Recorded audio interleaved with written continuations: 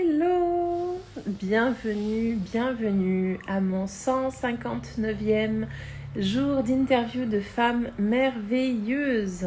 J'espère que vous allez bien. Je vais attendre quelques instants que Instagram tout simplement vous prévienne que je suis en live. Le temps justement à Myriam d'arriver. Coucou Myriam. Du coup, je vais te lancer l'invitation. Yes, voilà, elle est envoyée. Comme ça, dès que tu la reçois, tu peux venir en live avec moi. Hello! Hello, ça va? Ça va et toi? Très bien, merci. Tu m'entends bien? Oui, parfaitement. Et toi? Ouais, super, impeccable. Alors avant de commencer, je vais repréciser deux, trois petites choses. Donc la première, c'est que nous ne nous connaissons pas encore. C'est la première fois que l'on se parle. Tout à fait. Voilà. Et puis la deuxième chose, c'est qu'on va passer 20 minutes ensemble à parler de toi, Myriam, de qui tu es, de qu'est-ce que tu fais et de comment est-ce que tu en es arrivé là aujourd'hui, tout simplement. Donc, vous l'aurez compris, c'est un live qui t'est entièrement dédié. Voilà. Et J'ai donc, beaucoup de pression. non, aucune. Aucune. Non, parce que c'est une première rencontre. Oui, tout à fait. Donc Et c'est c'est, ma première fois aussi, ah, ce type excellent. de rencontre. Donc, je trouve ça super. Merci beaucoup à toi, Eh ben, je Hélène, de me proposer cette expérience. Eh ben, je t'en prie, je suis ravie en tout cas de faire ta connaissance en live, en direct avec vous.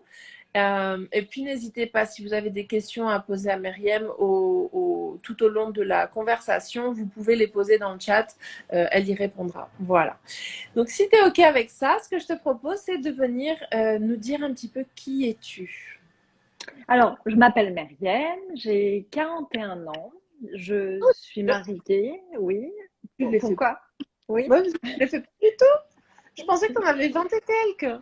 Ah, c'est gentil, non? 41 ans. Ah ouais, Euh, bah, Je suis excellent. mariée, j'ai deux enfants, Thomas 8 ans et Charlotte bientôt 4 ans. Mhm. Voilà, et aujourd'hui je suis master coach en empowerment féminin. Donc j'accompagne les femmes entrepreneurs à oser et à prendre leur place. Hmm. Donc je les accompagne lors de coaching individuel, mais aussi lors d'ateliers ou de coaching collectif. Voilà. Aujourd'hui, ma mission, c'est vraiment d'accompagner les femmes à vraiment prendre leur place dans notre société. Et aussi, j'accompagne les mamans. Voilà. Parce que la question aussi d'équilibre de vie pro-perso va se poser quand on devient maman. Je ne sais pas si toi, tu es maman Oui, mon aussi. petit garçon. Donc voilà. Qu'est-ce qui Aujourd'hui, fait, c'est ça mon métier. ouais, qu'est-ce qui t'a donné justement l'envie de faire ce métier, d'accompagner des femmes à reprendre leur puissance, à savoir jongler justement entre vie pro, vie perso? Qu'est-ce qui t'a donné cette envie? Quand je suis devenue maman, premièrement, j'ai vu que la question de l'équilibre, des croyances limitantes aussi quand j'ai été salariée, parce que je me suis installée en tant que coach en mars 2021, mais avant j'étais salariée. J'ai travaillé pendant 15 ans dans des grands groupes. Mm.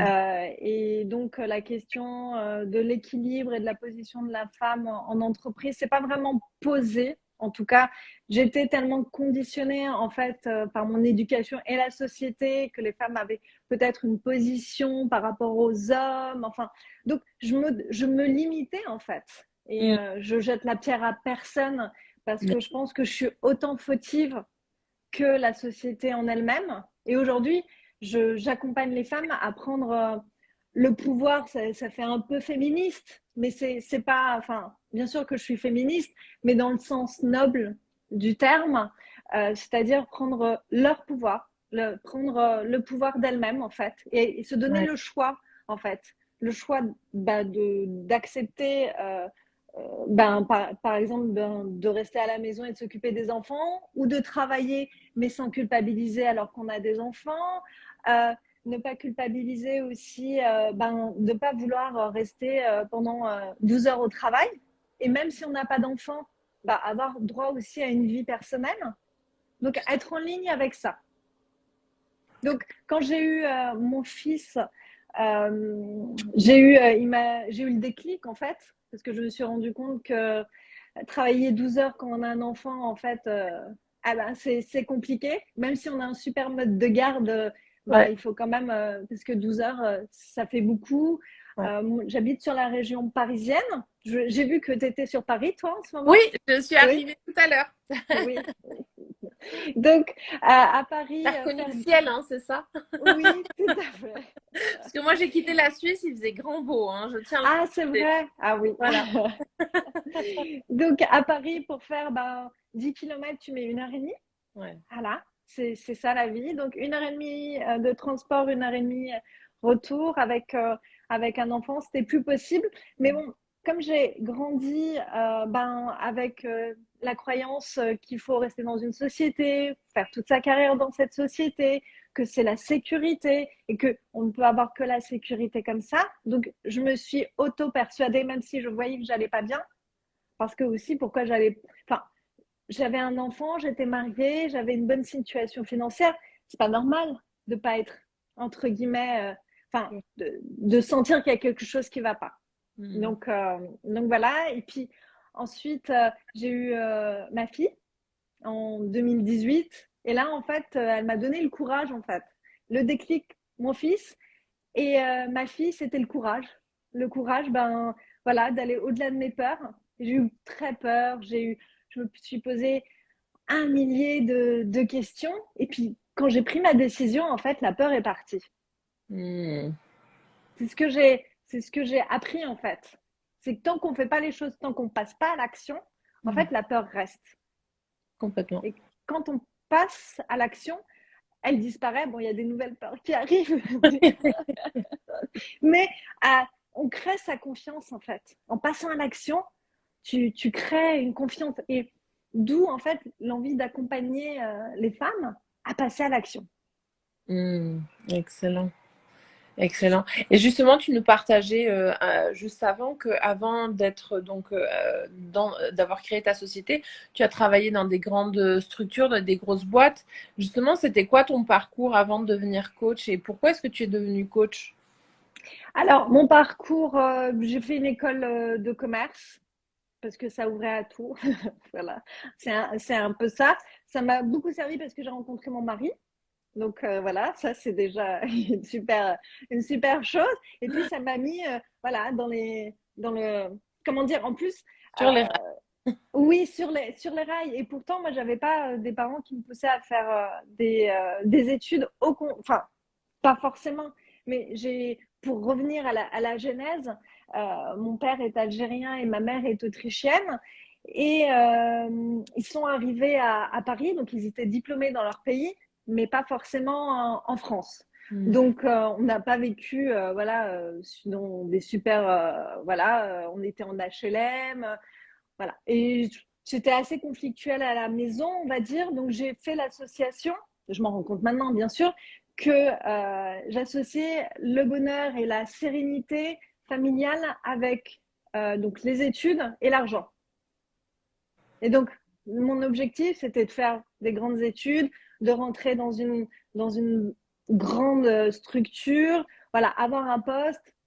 Et quand j'ai eu tout ça, en fait, je me suis rendu compte, bah, c'est pas forcément ça, qu'il fallait pas avoir pour être. Et ça, c'est quelque chose qui me suit beaucoup, mais être pour avoir.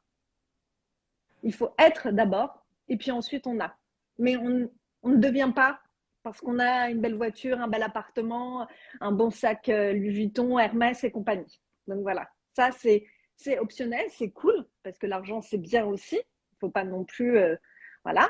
Mais il faut d'abord être en ligne avec soi. Et quand on est en ligne avec soi, après les choses vont ensemble. Donc, je fais cette école de commerce, je rencontre mon mari, et puis ensuite, j'intègre une première société, une deuxième société, et puis je finis ma carrière salariée chez Hermès. Voilà, pendant 6 ans. Donc, très belle maison, c'était très agréable, euh, mais ça n'allait pas. Donc, je me suis dit, il y a quand même quelque chose. Ouais. Et donc, ce déclic, tu l'as eu quand tu étais encore salarié chez Hermès. Et comment ça s'est passé? Tu connaissais déjà ce métier, justement, ou comment tu atterris là-dedans? finalement? Alors en fait, ce qui s'est passé, c'est que non, je suis partie de chez Hermès parce que entre mes deux enfants, j'ai eu un accident grave de voiture avec mon fils qui a été assez traumatique. Et là, de toute manière, je me suis dit, je veux dire, il y a eu un avant et un après. Voilà. Ouais. On a toujours tout le monde a des choses dans sa vie où il se dit, j'ai pas le droit en fait. J'ai pas le droit de faire, voilà, j'ai pas le droit. Donc, il y a eu cet accident, le temps de se remettre aussi du traumatisme et tout ça. Et puis après, je me suis dit, ma fille est arrivée, donc un bonheur dans cette histoire. Puis je me suis dit, non, c'est plus possible. Donc j'ai fait une rupture conventionnelle. Et puis après, j'ai intégré un incubateur. Et j'ai eu la chance de me faire coacher.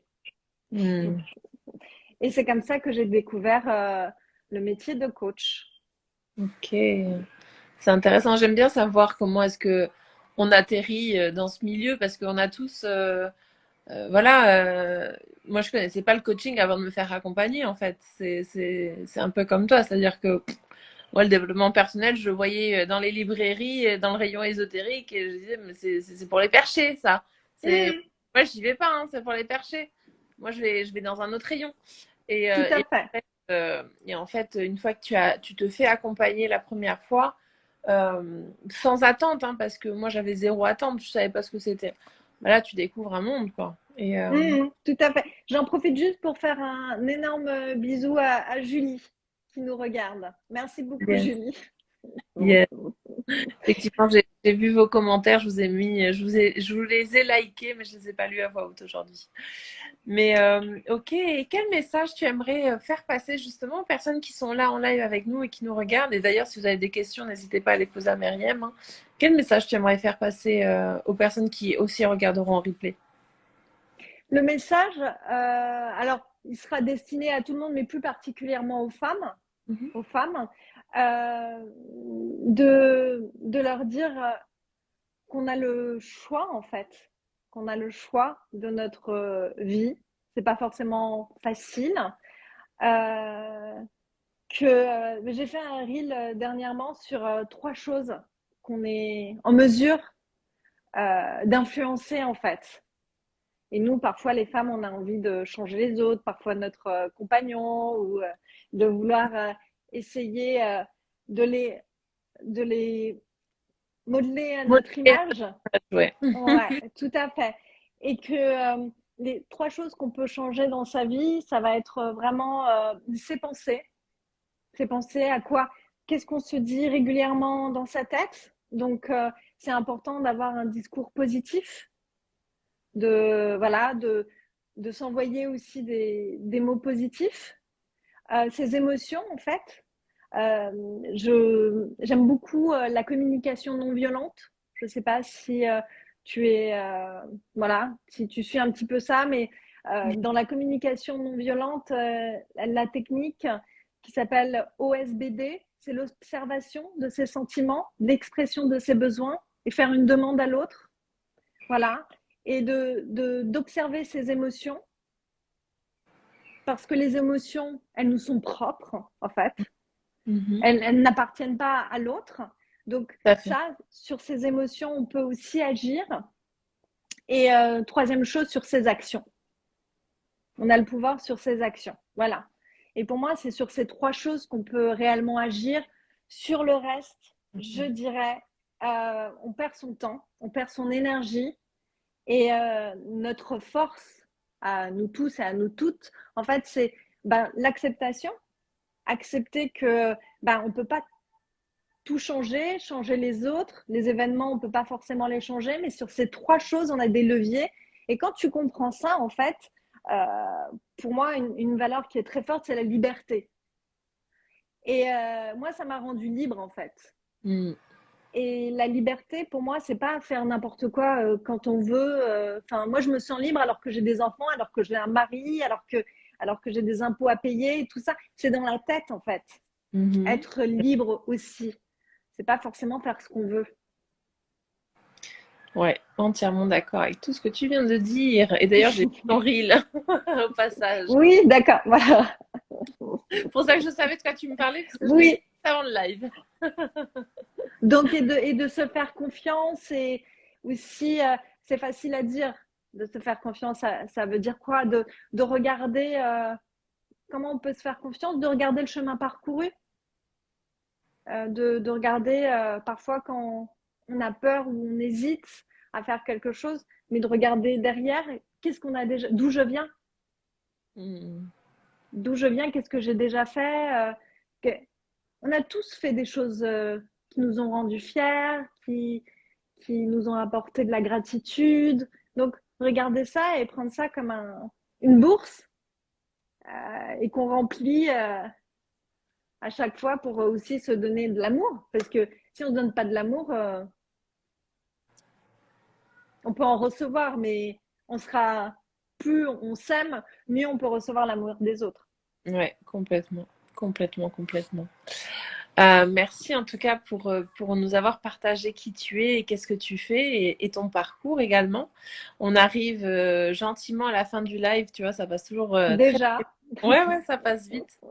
Mais avant de se quitter, oui, donc, deux choses. La première, c'est que quand je vais venir poster la vidéo, tu pourras venir mettre en commentaire tes coordonnées pour que les d'accord. personnes qui sont intéressées à connecter avec ton énergie et qui ont des questions peut-être puissent le faire rapidement.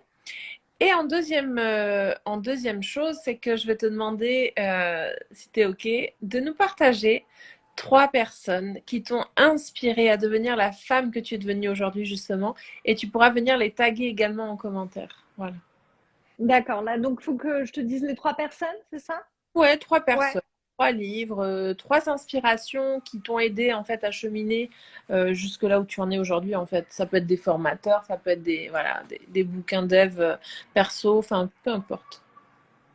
Alors, je dirais Nelson Mandela, Yes. clairement, sur la notion de pardon, Mhm. qui m'a aidé à pardonner mes parents et à me rendre compte qu'ils avaient fait de leur mieux. Mm.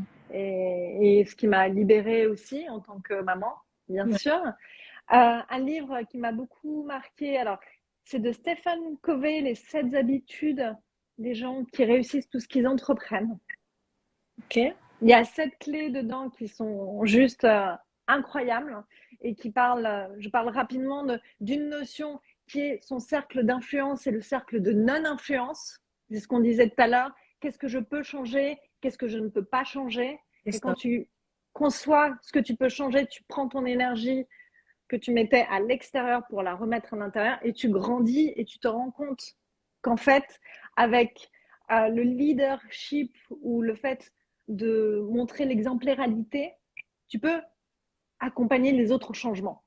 Ouais.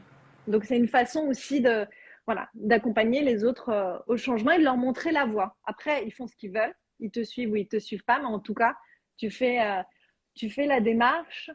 Et la troisième personne, j'en ai déjà dit deux, c'est ça? Ouais. Ouais. Ah oui, le dernier livre que j'ai lu et que j'aime beaucoup, c'est de Sheryl Sandberg, la CEO de Facebook. En avant toute, le titre original, c'est Lean In. C'est sur le leadership au féminin, sur la Excellent. place des femmes, qui est super. Et là, je suis en train de lire Option B, aussi d'elle. Elle a Ok. perdu son mari en 2015. Il a fait une chute d'un vélo elliptique, il est mort sur le coup. Ouf. Et là, elle parle de résilience. Mm. Et la résilience, c'est vraiment quelque chose, accepter l'inacceptable, accepter ce qu'on ne peut pas changer. Donc, des très belles choses. Donc, mes trois inspirations. C'est trois top. Eh ben écoute, je te Ouais, remercie. C'est vraiment chouette de nous les avoir partagés. Tu pourras venir marquer les titres. Ça donnera ouais, peut-être idée à des personnes de vouloir les lire. Moi, pour ma part, j'ai plus d'une trentaine de livres en stand-by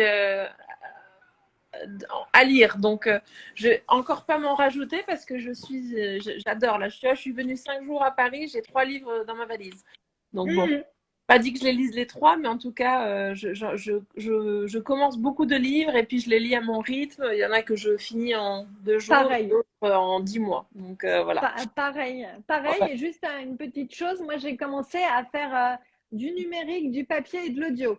Ah ouais, Tu vois, donc, j'ai plein de livres en cours et en plus j'ai plusieurs supports. Mais ça m'aide à aller plus rapidement. Ah oui, mais tu Donc, vois, moi, je suis une traditionnelle et j'aime bien le papier.